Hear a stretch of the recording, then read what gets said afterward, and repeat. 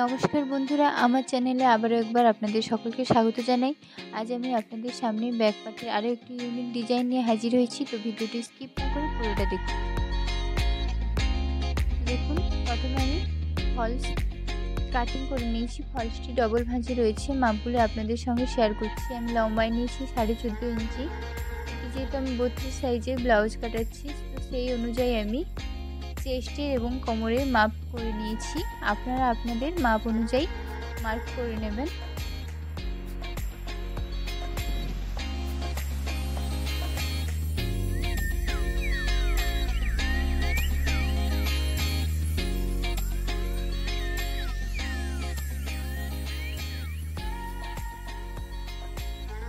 Armhole নিয়েছি আমি 6.5 ইঞ্চি, সেই মতো আর্মহোলের শেপ দিয়ে নিয়েছি এবং কোমরের শোল্ডার নিয়েছি আমি 7 ইঞ্চি।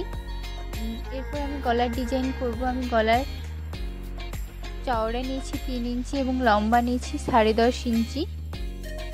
সেই মতো আমি বক্স শেপ দিয়ে নিচ্ছি।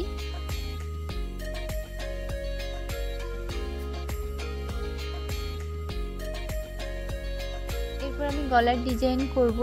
তো নিচ থেকে আমি 3 ইঞ্চি মাপ নিয়ে গলার ডিজাইন করব।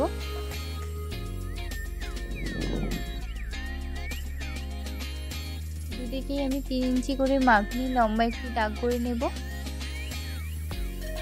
এবং উপর থেকে আমি আমার শেপ অনুযায়ী গোল শেপ দিয়ে নিচ্ছি। আপনারা আপনাদের শেপ অনুযায়ী শেপ দিয়ে নেবেন এবং নিচটা আমি ত্রিভুজের মতো করে নেব। আপনারা চাইলে এখানে লাভের মতো বা পান পাতা যে কোনো শেপ দিতে পারেন। তো সেই মতো আমি শেপ দিয়ে নিয়েছি। এরপর নিচ থেকে আমি 4 ইঞ্চি, দুদিকে 4 ইঞ্চি করে মাপ নিয়ে নিলাম এবং সোজা একটি দাগ করে নিচ্ছি। এটিকে আমি কাটিং করে আলাদা করে নেব এবং শাড়ির যে বর্ডারটি রয়েছে আমি ওখানে লাগিয়ে নেব।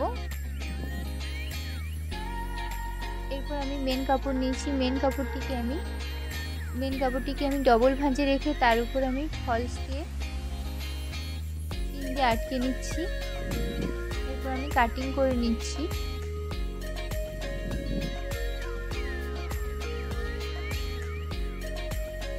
আমার কাটিং হয়ে গেছে। এরপর আমি মেন কাপড়টিকে সোজা রেখে তার উপর ফলস দিয়ে সেলাই করব। তার আগে আমি দুদিকেই দাগ করে নিচ্ছি যাতে আমার সেলাই করতে সুবিধা হয় এবং ডিজাইনটি সঠিকভাবে আছে। এভাবে দুদিকে দাগ করে নেবেন, নিয়ে আমি গলার সেলাই করে নেব।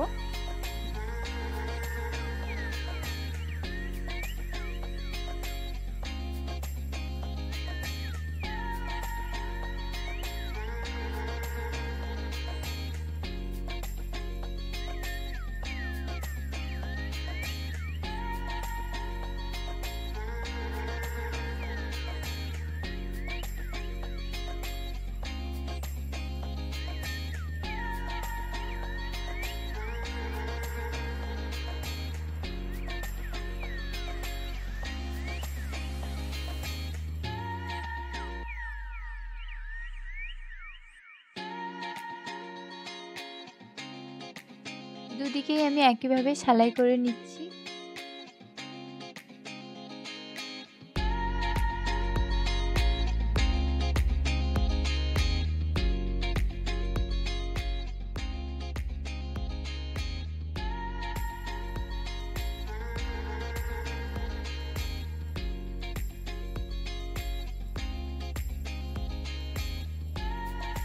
এরপর আমি কাটিং করে নেব।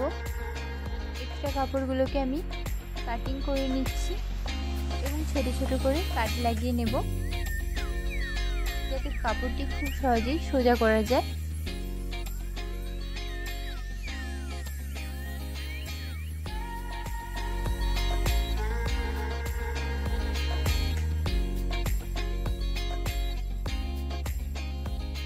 খুবই ইউনিক ডিজাইন এবং খুবই সহজে আপনারা বানাতে পারবেন।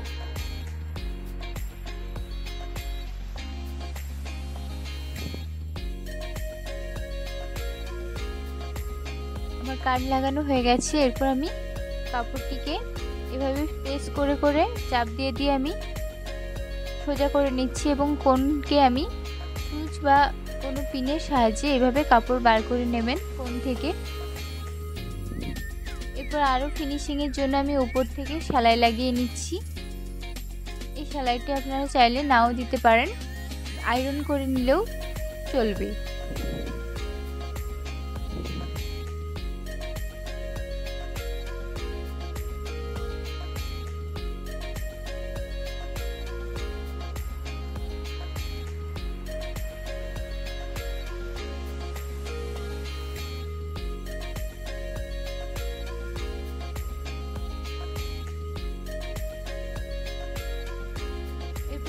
কাপড়টিকে আমি সেলাই লাগিয়ে নিচ্ছি ফলস এবং মেন ফেব্রিক একসাথে যুক্ত করার জন্য, এবং এক্সট্রা কাপড়গুলোকে আমি কাঁচি দিয়ে কেটে নেব।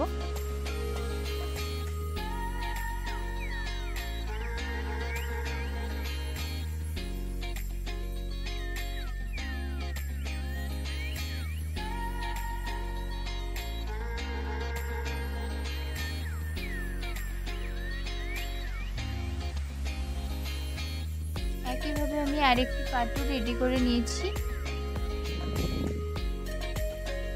এরপর আমি নিচের পাটটি রেডি করব। তার জন্য আমি নিচের পাটটিকে সোজা রেখে তার উপর আমি ফলস দিয়ে সেলাই করে নেব।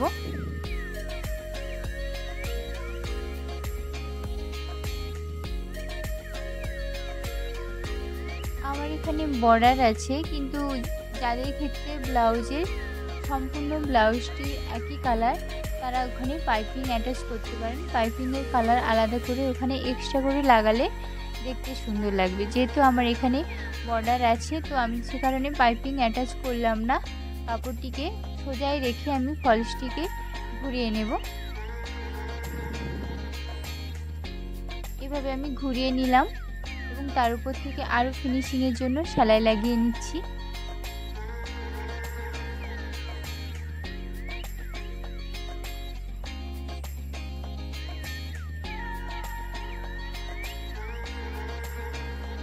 আমার সেলাই কমপ্লিট হয়ে গেছে। এরপর পুরো কাপড়টিকে ফলস এবং মেন ফেব্রিক যুক্ত করার জন্য সেলাই লাগিয়ে নিচ্ছি।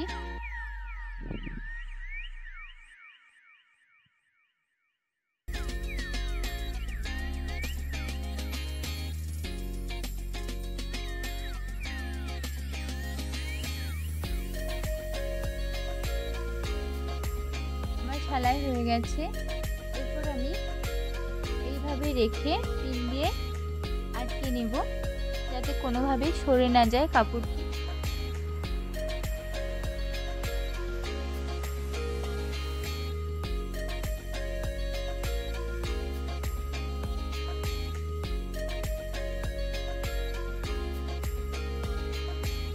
সুন্দরভাবে পিন দিয়ে আটকে নিতে হবে, যাতে কোনোভাবেই কাপড়টি সরে না যায়, এবং এরপর সেলাই লাগিয়ে নিচ্ছি।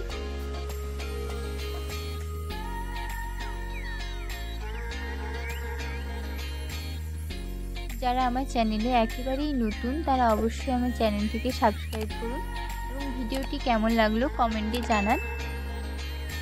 আর ভিডিওটি যদি ভালো লাগে অবশ্যই লাইক করুন এবং বন্ধুদের সাথে শেয়ার করে আমার পাশে থাকুন। দেখুন এভাবে আমি সেলাই করে নিলাম। এরপর আরও ফিনিশিং দেওয়ার জন্য আমি ওপর থেকে সেলাই লাগিয়ে নেব এবং মাঝখানটিকে ভাঁজ করে ভেতরের দিকে ঢুকিয়ে নেব।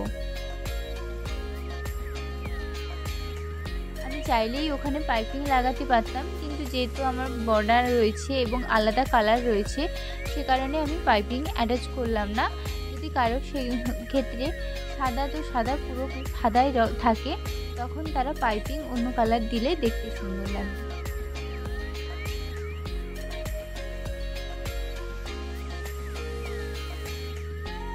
এরপর আমি মাঝখানে একটি বোতাম লাগিয়ে নেব।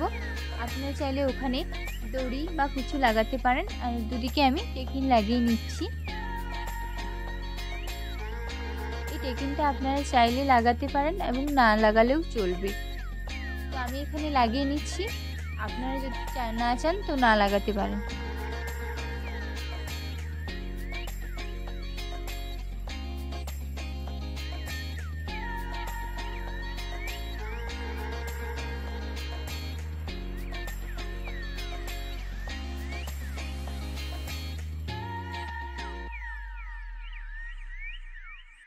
ভিডিওটি এই পর্যন্ত। দেখা হচ্ছে নেক্সট ভিডিওতে। রাধে রাধে।